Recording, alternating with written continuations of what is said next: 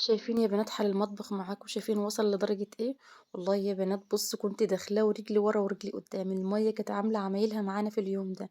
المهم انا اول ما صحيت من الصبح كده دخلت على المطبخ بتاعي عشان خاطر بصراحة كنت فترة عند امي اول يوم، تمام يعني قبلها بيوم. فجينا بقى مواعين السحور على مواعين برضو كان فيها متبقي فيها اكل الكلام ده كلته. فجيت بقى من هناك يا دوبك كده غيرت للولاد وخدت نفسي ودخلت نمت على طول. صحيت من بدري بقى ودخلت على المطبخ عشان خاطر نغسل المواعين، تعالي يا ميه قطعت الميه. بص اتعكننت الدنيا، بص حسيت ان هي واقفه حواليا. المهم دخلت بقى نضفت الشقه وروقت سراير وكنست والكلام ده كلته، وسبت المواعين خالص. كل شويه نخش نبص على الميه مفيش ميه جت خالص. ففين قبل الفطار بساعه بندور الموتور بتاع الميه، بس لقيت الميه قالت خلاص يا ايمان هنشتغل معاكي. دخلت بقى وتوكلت على الله وحطيت ايدي كده وقلت بسم الله. وأول ما نبدأ الكلام نقول اللهم صل وسلم وزد وبارك على حبيبي وشفيع رسول الله. اللهم إني أبرأ من حولي وقوتي وألجئ إلى حولك وقوتك يا ذا القوة المتين. دي آخرة بقى اللي تبيت المطبخ بتاعها من غير ما تغسل المواعين بتاعتها. بس والله غصب عني يا بنات زي ما قلت لكم بقى رحت عند أمي من العصر كده وفطرنا بقى وجيت بصوا. يعني حاسة ان الواحد حتى لو غيّر من مكان لمكان والمكان يبقى قريب، خلاص على الدنيا سلام، تحسي ان أنتِ جاية همدانة وبطلانة، وأنتم عارفين بقى ساعات بييجي لِك فطور بعد الصيام والكلام ده كلّته. بس الحمد لله والله رمضان السنة بسم الله ما شاء الله، الله أكبر يعني، وكل السنين والله الحمد لله، بس السنة دي أنا حاساه بيجري بسرعة جدًا. النهارده 17 رمضان سبحان الله، الحمد لله، اللهم بس بلّغنا ليلة القدر آمين يا رب العالمين. أول ما نبدأ الكلام إذا كنتِ أمي، أختي، حبيبتي، صديقتي، أي واحدة حبيبة ليّا في القناة ديّة، هاحط لِك كومنت دلوقتي اللي بيشجعني طبعًا كلامكم الجميل اللي بينشطني وبيشجعني وبيخلّيني أنزّل لكم كل جديد يا بنات. وطبعًا اللايك اللي بيرفع معايا الفيديو، حتى لو أنتِ ما اشتركتيش في القناة حُطّي اللايك يا حبيبة قلبي عشان خاطر غيرِك يستفاد، وأنا كمان نستفاد إن الفيديو يرفع معايا. ربنا يخليكم ليا وما يحرمني منكم ابدا ابدا. انا عارفه طبعا دلوقتي ان انتوا لو بتتفرجوا على الفيديو ده بعد الفطار، معظمنا كده بعد الفطار بيقوم بقى يصلي المغرب اذا كنت انت ما صليتش المغرب قبل الفطار، وبعد كده بقى يخش للعشاء وبعد كده التراويح، وتخش تبص للمطبخ بتاعك كده تقولي يا امتى تنغسل. قومي بقى ان شاء الله باذن الله احط الفيديو قدامك كده وتشجعي وتنشطي، وان شاء الله باذن الله هتاخدي حماس كده وتشجيع لينا ليكِ وليّا أنا كمان والله يا بنات. زي ما قُلت لِك أنا لمّا بنشغّل الكاميرا بتاعتي بنتشجّع بيكم جدًا، جدًا. ربنا يجازيكم كل الخير عني. حُطّي الفيديو بتاعِك يالّا واسمعيني كده واتنشّطي، وحُطّي البريل بقى والإسبونشة والّا السلكة بتاعتِك كده واغسلي. أهم حاجة بس الإسبونشة بتاعتِك تكون نضيفة معاكِ عشان خاطر تعمل الرغوة الجميلة اللي هي بتشجّعِك وتحمّسِك ديّة. بُصّوا يا بنات أنا الإسبونشة بتاعتي أول ما بنجيبها بنقطعها من الجنب كده ونحُط لها إسفنجة من عندي، فاهمين؟ تكون نضيفة كده. بُصّي هي أهم حاجة في غسيل المواعين عشان تعمل معاكِ الرغوة الجميلة اللي هي بتحفزِك وتشجعِك كده وتنشطِك ديّة، الإسفنجة اللي بتبقى جوّه الإسبونشة، بس فقط لا غير. غيّريها كده كل يعني معدّل مثلًا على حسب بقى ما تحسي إن هي خلاص كده همدت معاكِ ومش قادرة اللي هي خلاص تطلّع الرغوة، غيّريها من غير اللي أنتِ ما تغيّري الإسبونشة خالص. الإسبونشة دي بُصّي بنهلك أمها كده على ما تخلّص معايا المواعين بتاعتي. بنات أنا باتكلم معاكم والله العظيم بُصّوا يعني إيه ببساطتي، بطريقتي اللي أنا بنتكلم فيها في أي مكان، تمام، عشان خاطر بس الكلام اللي بيطلع من القلب بيوصل للقلب. مش عايزة بقى اللي أنا أأفور لكم في الحكاية في المونتاج والكلام ده كلّته ونحس اللي أنا تقيلة عليكم. بالعكس أنا بنحب نكلمكم كده كأنكم قاعدين معايا، قاعدين كده إيه، لمة أصحاب بمعنى أصح كده وقاعدين بقى يحكوا مع بعض. فعشان خاطر كده والله العظيم بجد بنطلع من القناة ديّة وأنا الحمد لله، الحمد لله أو من مونتاج الفيديو وأنا كل حماس بيكم وكل نشاط ليكم. وبنبقى بُصّوا حتى لو زهقانة زي ما قُلت لكم قبل كده في فيديوهاتي كسلانة بنتشجّع بيكم. فإن شاء الله بإذن الله ربنا يجعلكم أنتم كمان تشجعوني وأنا كمان نشجعكم يا بنات، وربنا يجازيكم كل الخير عني ويجازيني أنا كمان كل الخير عنكم. بُصّوا بقى أنا غسلت المواعين يا بنات وبصيت لقيت الحماس يا بنات خدني لدرجة ما تتوقعوهاش. يعني مسكت المطبخ بقى دعكته من فوق لتحت وغسلت البوتاجاز وغسلت البلاط وغسلت برضه علب التوابل يعني معايا. هي كل الحكاية اللي متبقية معايا بس في المطبخ هي التلاجة، لقيتها نضيفة ولقيت التلاجة هتاخد مني وقت كتير. يعني أنا كنت داخلة زي ما قُلت لكم قبل الفطار بساعة، جوزي كان موجود في الشغل، فأنا عملت فطار كده أنا والولاد. فلقيت التلاجة بقى قُلت هناخدها كده في يوم لوحديها من غير اللي أنا طبعًا ما نكمّل يعني اليوم بتاعي، أو نقعد بقى هنقول لكم من بعد العشا عشان خاطر إن أنا أخلّص المواعين بتاعتي. أنا هاقول لكم الفيديو ده أنا يعتبر اشتغلت فيه من قبل من قبل المغرب بساعة، خلّصت حوالي الساعة 12:00 يا بنات، والله الساعة 00:00 شايفين، أنا حاولت إن أنا نقصّرهم لكم على قد ما نقدر، بس قُلت لأ، أنا لازمًا ندّي البنات التحميس والتحفيز اللي أنا خدته في الفيديو ده، عشان هُم كمان يقوموا كده ويتشجعوا ويتحفزوا. خلاص فاضل أيام معدودة إن شاء الله بإذن الله على العيد. أنا عارفة إن إحنا كلنا معظمنا اللي إحنا منضّفين قبل رمضان، بس التنضيف يا بنات والنضافة ما لهاش ميعاد ولا لها وقت، وطول ما إيدِك في حاجتِك ومنضّفاها تفضل طول عمرها نضيفة معاكِ وتعيش معاكِ لأقصى مدة من العمر. وكمان حاجة أنتِ كمان تبقي مرتاحة وأنتِ داخلة مطبخِك كده وحاسة إن الدنيا بحالها جميلة والدنيا بحالها رايقة والدنيا بحالها نضيفة، لإن فعلًا، فعلًا يا بنات والله العظيم النضافة بتفرق في حاجات كتير. وهاقول كمان كلمة يا بنات، في بنات بيقولوا لي: "أنتِ إيمان كل شغلِك بكلامِك عن النضافة." آه يا حبيبة قلبي، كل شغلي وكل قناتي أنا محتواها هو كده، محتواه يا بنات محتوى روتين، روتين يومي اللي أنا بنعمله في يومي. لو أنتِ يا حبيبة قلبي شايفة إن أنتِ محتاجة محتوى تاني، خشي ابحثي عنه في اليوتيوب، وأنتِ إن شاء الله بإذن الله هتلاقي قنوات جميلة جدًا، جدًا إن هي هتفيدِك. بس أنا والله يا بنات بنعمل الحاجة اللي أنا بنحبها، بنعمل الحاجة اللي أنا نقدر ندّيها اللي عندي، فاهمين؟ لإن أنتِ لو عملتِ حاجة أنتِ ما أنتيش حاباها، أو اللي أنتِ مثلًا محتوى اللي أنتِ ما أنتيش راغباه، مش هتقدري تدّي الحاجة اللي يعني للجمهور بتاعِك أو للمتابع بتاعِك اللي هو عايزه، فاهمين قصدي إيه؟ عشان خاطر كده أنا أو أنتِ أو أي واحدة في الدنيا ما تعمليش الحاجة إلا اللي أنتِ حاباها. صدقيني اللي أنتِ عملتيه عن حُب هيطلع منِّك عن حُب. غير طَب أنا هاقول لِك على حاجة بسيطة جدًا، لو أنتِ داخلة مطبخِك وأنتِ زهقانة أو تعبانة أو كسلانة ما تطبخيش، والله العظيم بجد ونصيحة من إيمان. يعني إيه يا إيمان بلاش ناكله؟ آه بلاش تاكلي. بلاش تاكلي إزاي؟ يا بنات جرّبي مرّة كده تخشي المطبخ بتاعِك وأنتِ زهقانة، أو أنتِ ما لكيش نِفْس إن أنتِ تطبخي، أو أنتِ ما أنتيش حابة الأكلة اللي أنتِ بتعمليها، عمرها ما هتطلع حلوة من إيدِك. والله العظيم بجد عمرها في حياتها ما هتطلع حلوة من إيدي. خشي بقى كده مطبخك وانتِ مزاجِك رايق ومبسوطة كده وسعيدة، هتطلّعي أحلى ما عندِك، حتى لو أنتِ مش بتعرفي تطبخي. عشان خاطر كده أنا بس بسطت لكم اللي أنا قناتي يا بنات محتوى الروتين بتاعي اللي أنا باقدّمه في اليوم، بنتنشّطوا مع بعض ونتشجّعوا مع بعض وربنا يجعلنا كُلّنا آمين يا رب العالمين، نساعد بعض كده وكلنا إن شاء الله بإذن الله ربنا يجعلنا في ميزانات حسنات بعض، أنتِ بتدّيني حسنات وأنا كمان بندّيكِ حسنات، فاهمين يا بنات؟ ده كل مقصدي بس من القناة بتاعتي، أو ردّيت على إيه، سؤال هو جالي بكل لطافة وكل أدب والله. وشوفي يا حبيبة قلبي زي ما قُلت لِك المحتوى اللي أنتِ بتدوّري عليه أو عاوزة تستفادي منه ابحثي عنه وأنتِ إن شاء الله بإذن الله ربنا هيكرمِك بيه وربنا هييسّر لِك ليه. خلاص يا بنات خلّصت غسيل مواعيني ومسكت بقى كده بالإسبونشة برضه الرخامة بتاعتي بقى ودعكتها، وغسلت برضه الوردية بتاعتي اللي هي ظاهرة معاكم في كل مرة في فيديو ديّة. أي حاجة برضه يا بنات كده بتفتح معايا التصوير، أو بمعنى أصح بتفتح معايا المطبخ. وادعوا لي إن شاء الله بإذن الله، عاوزة نجدد برضه في مطبخي إن شاء الله بإذن الله، كل حاجة لها ميعاد وكل حاجة لها تدابير عند ربنا. خلصت كده ومسكت برضه الحنفيات يا بنات وكل حاجة، حتى الفلتر بتاع المَيّة مسحته، بس بصراحة ما جبتش معاكم في التصوير عشان خاطر برضه يا بنات مش عايزة نطوّل عليكم كتير. أنا عارفة الفيديو هياخد من وقتكم كتير، بس عشان نديكم التحفيز والتحميس والتشجيع اللي أنتم تقوموا دلوقتي تشتغلي. في الوقت ده طبعًا زي ما أنتم شايفين أهوّة أنا كنت عملت الفطار بتاعي وحطيته على البوتاجاز. وجيت بقى تعالوا بقى التوابل ديّة بُصّوا، أنا بقى لي فترة عايزة نغسلها، فمستنية اللي هي إيه، يتبقى فيها شويات يعني، فكل ما يتبقى فيها شويات نروح نجيب جديد ونحط الجديد عليه. فآخر مرّة رُحت جِبت توابل سِبتها في الكيسة زي ما هي يا بنات في كيسها، ناخد منها بالمعلقة كده وما رضيتش إن أنا نفضّيها في العلب بتاعتها. قُلت خلاص أنتِ كده جبتِ آخرِك لازمًا نغسلِك، يعني لازمًا نغسلِك.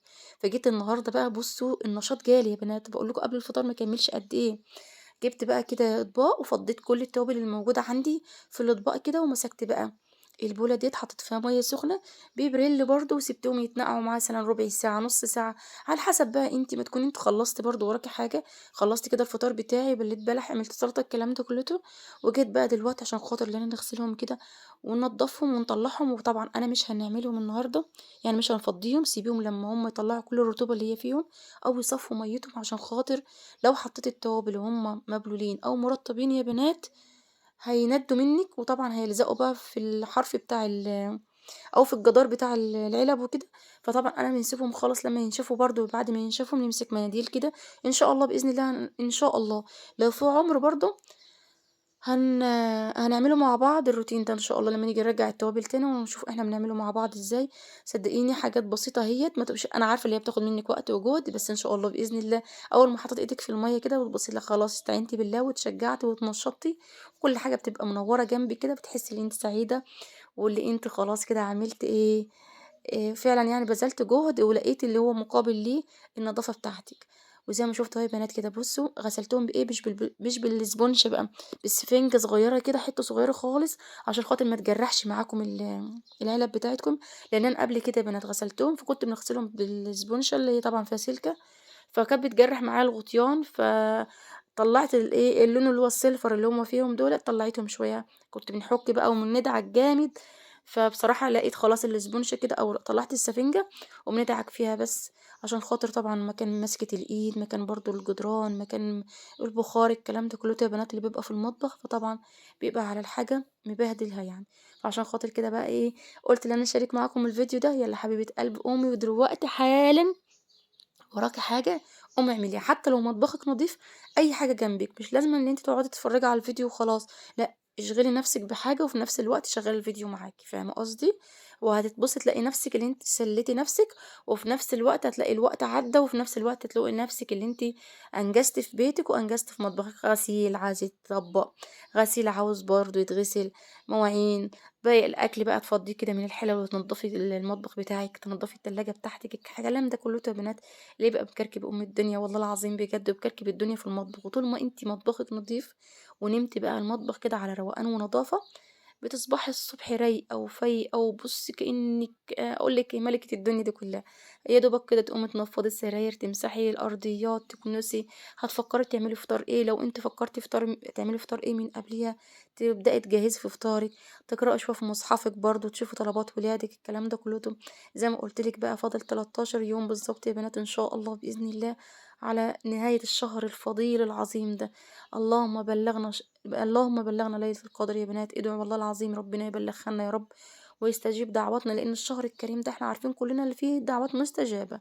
ما فيش دعوة بتندعي في شهر رمضان إن شاء الله بإذن الله غير ربنا بيكرمنا بيها، وإن ربنا أراد إن هو يعني هيأجل لنا الدعوة ديّة إن شاء الله بإذن الله هتلاقي فيها خير تأجيلها ديّة أو بمعنى أصح هتلاقي ربنا جاعل لِك الأحسن، يعني في مننا كلنا كبني آدمين أو كناس بيبقوا عايزين حاجة معينة من ربنا إن شاء الله بإذن الله ربنا يعطيكم كل ما تتمنوا يا بنات، ويعطي كل مشتاق بما يشتاق، وما يحرمش حد من أي حاجة هو بيتمناها في الدنيا فيها خير ليه، فهو ربنا إن منع حاجة فأكيد هي خير ليها، لإن ربنا طبعًا طالما أنتِ ولّيتيه أمرِك وقُلتِ له يا ربي أنت وليّي في الدنيا وفي الآخرة، إن شاء الله بإذن الله ربنا هيدبّر لِك الأحسن والصالح ليكِ واللي هو شايفه خير ليكِ إن شاء الله بإذن الله. خلّصت بقى اليَمّة التانية كده يا بنات وجيت دلوقتي فضّيت برضه كل الرخامة من تحت وجِبت المطبخ برضه من فوق لتحت يا بنات كده، الحمد لله الضرف من جوّه منظّماها من يوم واحد بس، يعني نزّلت كل اللي فيها كده ونضّفته كده مع نفسي بصراحة من غير تصوير،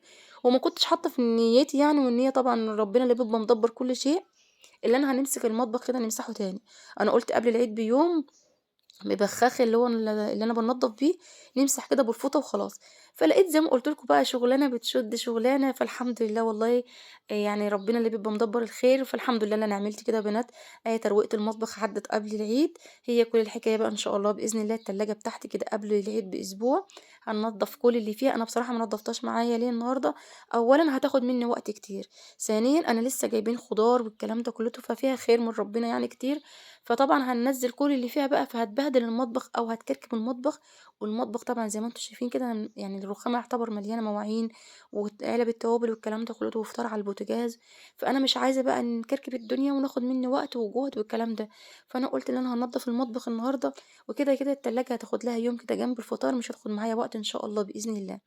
خدت برضه كده يا حبيباتي بقى الرخامة معايا أهوّة، أنا طبعًا قلعت الsticker اللي هو على الرخامة اللي هي الكبيرة، وسِبت الsticker اللي هو على رخامة المطبخ، ليه بقى؟ لإن رخامة المطبخ عندي بيضا يا بنات من اللي هي القديمة مش اللي هي لسه بقى الجديدة اللي لسه طالعة الأيام ديّة، فإن شاء الله بإذن الله بقى ادعوا لي والله نفسي نجدد في المطبخ ده حاجات كتير، أنا كل اللي أنا عايزة نعمله عايزة نوسّع المطبخ شوية، طبعًا أنتم شايفين الأوضة اللي هي برّه قدّام اللي قدّام الشقة ديّة عايزة ناخد منها شوية كده ندخّلهم في المطبخ، يعني الجدار اللي أنا بندعك فيه ده يا بنات اللي يميته ده ينهد خالص، ينشال ينزال خالص، وندخّله شوية من اللي برّه في الأوضة، دخّلوهم في المطبخ، بس طبعًا دي كلّها عايزة تكاليف يا بنات، وشايفين الحاجة دلوقتي الأسعار بُصّوا يعني هاقول لكم إيه، بقت غير المعتادة والله العظيم، يعني حاجات ما تتخيليهاش في حياتِك، فعشان خاطر كده الحاجة لو أنتِ كنتِ حاسباها ب1000 دلوقتي هتاخد لِك 5000، فعشان كده طبعًا ما فيش حاجة سهلة، أنتِ هتهدّي جدار وهتبني جدار تاني وعاوزة تسرمكي والكلام ده كلّته، فإن شاء الله بإذن الله ادعوا لي كل حاجة ليها ميعاد زي ما قُلت لكم، وبدعواتكم ووقفتكم جنبي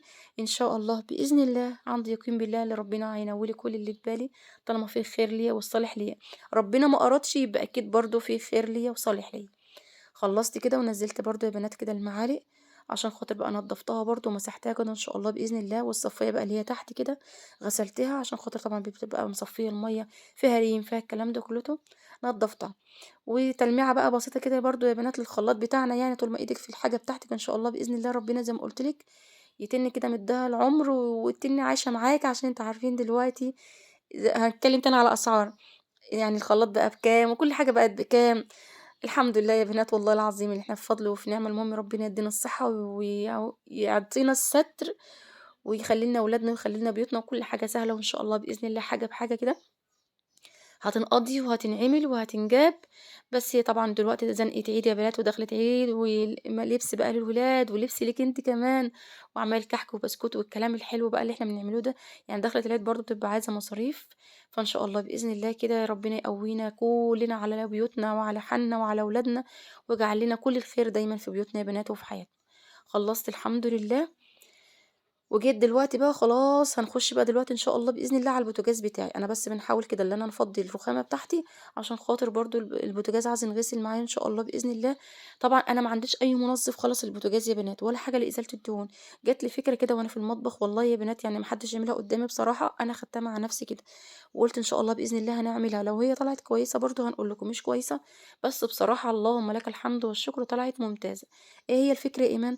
طبعًا أنتم متعودين إننا بنغسل معاكم اللي هو البوتاجاز بإيه، بنحط مثلًا ملح، ليمون أو كربوناتو الكلام ده كله، فبصراحة كان عندي والله يا بنات الحاجة بتتوه مني مانيش عارفة هي بتروح فين، أنا بصراحة من النوع اللي أنا بننسى جامد، وفي الفترة ديّة بننسى حاجات كتير، كتير، حتى الحاجة بنبقى حاطاها في مكانها ما نعرفش بقى بننقلها مثلًا نيجي نستعملها، بننقلها بننسى أنا وديتها فين، فالمهم قُلت إيه، العيون طبعًا مكان بقى ما كنت عاملة الصلصة معاكم والكلام ده كلّه، لإن الفيديو ده متصوّر قبلها يعني بيوم، طبعًا النت أنتم عارفين النت بيغيب عندي على ما يرفع معاكم الفيديو، فعشان خاطر كده بس يعني إيه، ممكن يكون يعني الفيديو على ما أمنتجه والكلام ده كلّه طبعًا يعني مش بنمنتج الفيديو في نفس اليوم اللي أنا شغّالة فيه يا بنات، فشِلت بس كل بقى الرز والحاجات بقى اللي هي موجودة على البوتاجاز، وبعد كده ولّعت العيون كلّها.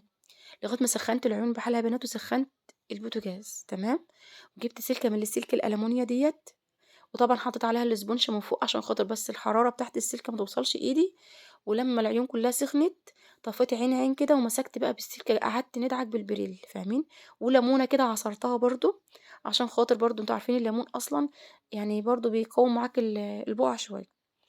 وجِبت زي ما أنتم شايفين يا حبايبات قلبي السلكة أهيّة وقعدت بقى ندعك يا بنات كده العيون، والله العظيم يا بنات طلعت أحلى فكرة ممكن مشيت بيها أو عملت بيها، شايفين أهوّة، بسم الله ما شاء الله، فيها لمعة أحسن من أنتِ تحطّي عليها أي مذيب للدهون، بس حاسبة على إيدِك لو أنتِ عملتِ الفكرة ديّة زي ما قُلت لِك، سلك الألمونيا العادي بتاعنا ده وفوقه الإسبونج عشان خاطر الحرارة بس ما توصلش لإيدِك وإن شاء الله بإذن الله وطبعًا أهم شيء يا بنات تفصلي الكهربا، تفصلي كهربة البوتاجاز لإن طبعًا نار مع مَيّة مع الكلام ده كلّته، تفصلي الكهربا بتاعة البوتاجاز، والحمد لله ربنا قدّرني والحمد لله نضِف معايا، هي بس العين الوسطانية دي إن شاء الله بإذن الله هنمسكها كده بالصنفرة هنصنفرها لإن طبعًا مش هتطلع معايا خالص بالسلك، لإن هي لونها أصلًا بيزرق يا بنات مع الولعة، فإن شاء الله بإذن الله ديّة هنصنفرها لمّا أخلّص المطبخ كلّه، شايفين يا بنات؟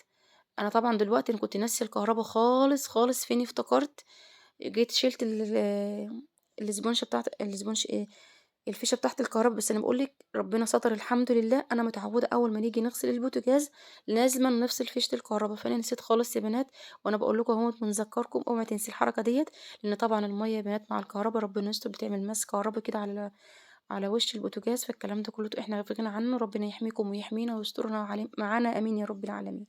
خلاص كده الحمد لله ده دعكت أول دور، شايفين يا بنات بكل البقع وكل حاجة طلعت في البوتاجاز بسهولة جدًا، جدًا، من غير ما تكلّفي نفسِك ومن غير اللي أنتِ ما تجيبي بقى تنضيف منظفات وحاجات من اللي إحنا بقى متعودين عليها كلنا ديّة يا بنات، أو اللي إحنا كنا ماشيين عليها في بيوتنا. طول ما أنتِ واقفة في مطبخِك كده فكّري، وإن شاء الله بإذن الله ربنا هيلهمِك كده إن شاء الله بإذن الله الفكرة، وهتبقى إن شاء الله بإذن الله مقضية ومن غير تكليف خالص ومن غير جهد. وشايفين بقى دلوقتي هتشوفوا يعني نتيجة البوتاجاز والله العظيم رضتني أحلى مرضية، أحسن كمان ما كنت بنحطها في الكربوناتو وملح الليمون. ليه؟ أنا كنت لمّا بنحطها في الكربوناتو وملح الليمون يا بنات كانت تقعد بقى نُص ساعة، ربع ساعة على خاطر ما تطلّع كل الدهون اللي فيها. هي ما خدتش معايا 5 دقايق وطلّعت نفس النتيجة وأحسن كمان من النتيجة اللي أنا بنعملها. خدت البوتاجاز بقى من فوق لتحت كده كُلّته ووشه بقى وضهره. وبُصّي زي ما قُلت لِك يعني ربنا بس يبارك في البوتاجاز ده يا بنات. البوتاجاز ده بقى له كده 12 سَنة شغّال بُصّي فحت وردم، يعني مش هاقول لكم ما بنعتقهوش والله العظيم كل استعمالي، وأنا استعمالي كتير خالص على البوتاجاز. فالحمد لله بس عشان خاطر واحد بس مهتم بيه، منضّفه على طول، بيلمّعه على طول. هو كل الحكاية اللي الكهربا بتاعته كانت فاصلة بس جِبت الراجل عملها. طبعًا الحمد لله يعني أنا كنت عاوزة نشتري واحد جديد، فهو لمّا جه شافه والله الله يبارك له برضه، قال لي: "إيه بوتاجازِك لسه جديد وأنتِ منضّفاه وإيدِك فيه على طول، فبدل ما أنتِ تبيعيه والكلام ده كله لسه هتصرفي عليه 500 جنيه وبتاع رجّعيه تاني زي ما هو." والحمد لله والله كانت فكرة جميلة جدًا وفعلًا فادت بوتاجاز دلوقتي البوتاجاز دلوقتي يا بنات يعني عدّى ال10.000. فالحمد لله اللهم لك الحمد والشكر. نضّفت أهوّة شوفوا لسه فاكرة بقى الكهربا دلوقتي، شِلت الكهربا. شايفين أهو يا بنات بقى، نضّفت البوتاجاز كده الحمد لله ونضّفته ولمّعته، وفوطة كده نضيفة بقى لمّعي معاكِ ونضّفي. وآخر فقرة إن شاء الله بإذن الله الأرضية بقى يا بنات كانت بُصّوا جايبة كفايتها، يعني الدهون كده جنب البوتاجاز والكلام ده كُلّته. فإن شاء الله بإذن الله شوية بريل كده مع شوية لو عندِك كلوركس ألوان ممتاز جدًا في التنضيف معاكِ، بيرسل جل برضه الحاجات ديّة يا بنات اللي أنا استعملتها فعلًا، فعلًا بتفرق معايا في النضافة. البرسيل الجل أو الكلوركس الألوان. ما عندكيش كل ده يا حبيبة قلبي، بيرسل من اللي أنتِ بتغسلي بيه المواعين قصدي الهدوم بتاعتِك اللي بتصبّني بيه يعني. والحمد لله مسكت بقى كده إن شاء الله بإذن الله الأرضية كده بالمكنسة بتاعتي نضفتها وكنستها أو غسلتها بقى. والمساحة برضه هنمسح كده وناخد المَيّة بقى نخش بيها على الحمام. لإن الغلط الوحيد يا بنات اللي عندي في السباكة بتاعتي إن أنا مش عامل لي صفاية في المطبخ فاهمين؟ طبعًا كل اللي عنده صفايات في المطبخ بتنجز معاه جدًا. يعني لو أنا عندي صفاية نغسل فيه سجاد، نعمل فيه كل حاجة، نغسل فيه برضه المَيّة تنزل كده على الصفاية. ما عنديش اللي هي صفاية الحمام. بس الحمد لله يعني ربنا كريم اللي مبلّط الشقة عندنا عامل المَيّة بتيجي كده بميل تخش للحمام فاهمين؟ فأنا بناخدها بقى بتبقى سهلة معايا يعني خدتها كده دخّلتها على الحمام. وطبعًا بقى طالما المَيّة دخلت على الحمام لازمًا هتاخدي الحمام معاكِ دعيك وغسيل. بس طبعًا ده ما ظهرش في الفيديو. غسلت حمامي وغسلت الحوض، نضّفت بقى الجزء المطبخ كده بالحمام، خلّيته بقى بُصّي يا بنات فُلّة كده شمعة منوّرة. ريحة النضافة كده كل ما تخشي تحسّي ريحة بقى البرسيل الجل أو الكلوركس ألوان كده معقّم الدنيا ومنضّف الدنيا برضه. الحاجة معاكِ منوّرة والحاجة معاكِ نضيفة. فهي حاجات بسيطة وحاجات سهلة، هي بس عايزة حماس كده وتحفيز منِّك، عايزة تشجيع، عاوزة قوة. الركعة الداخلة الأولى كده، أول ما دخلتِ الدخلة الأولى كده في شقتِك أي حاجة بتعمليها، هتبُصّي تلاقي كل حاجة كده إيه، قضت معاكِ ومشيت معاكِ. شايفين يا بنات خلّصت بقى الأرضية ومسحتها ونضّفتها وبرضه نشّفتها. قُلت بقى إننا هنسيب الصفاية كده للمواعين للصبح، لأ، أنا عايزة الدنيا تكون هادية إن شاء الله بإذن الله الصبح. كل اللي أنا هنعمله بإذن الله، بإذن الله إن أنا هارجّع التوابل تاني بعد ما يكون آآ التوابل بتاعتي اتصفّت أو العلب بتاعتها تكون اتصفّت. ونخش بقى إن شاء الله بإذن الله نعمله فطارنا. ونشوف برضه كان في بقى أطباق نازلة باقية من السحور، حاجات بسيطة بقى اللي بتبقى إيه، آخر الليل ديّة إن شاء الله. هارجّع كل حاجة مكانها.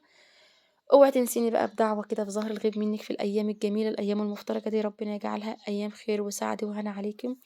آمين يا حبيبة قلبي. أنا بصراحة بنقلق غيابِك عني. أنتِ وسِت الحبايب أمي برضه، طمنيني عليها كده وخلّيها تدعي لي. اوعي تنساني في الدعا في الأيام الجميلة المفترجة ديّة. ماما فاتن أنتِ فين؟ حبيبة قلبي آمنت بالله دعاكِ ودعوتِك ليّا ديّة بُصّي بجد، بجد حماية ليّا وعلى راسي. كلّكم يا بنات والله العظيم، كلّكم على راسي مش استثناء واحدة عن التانية.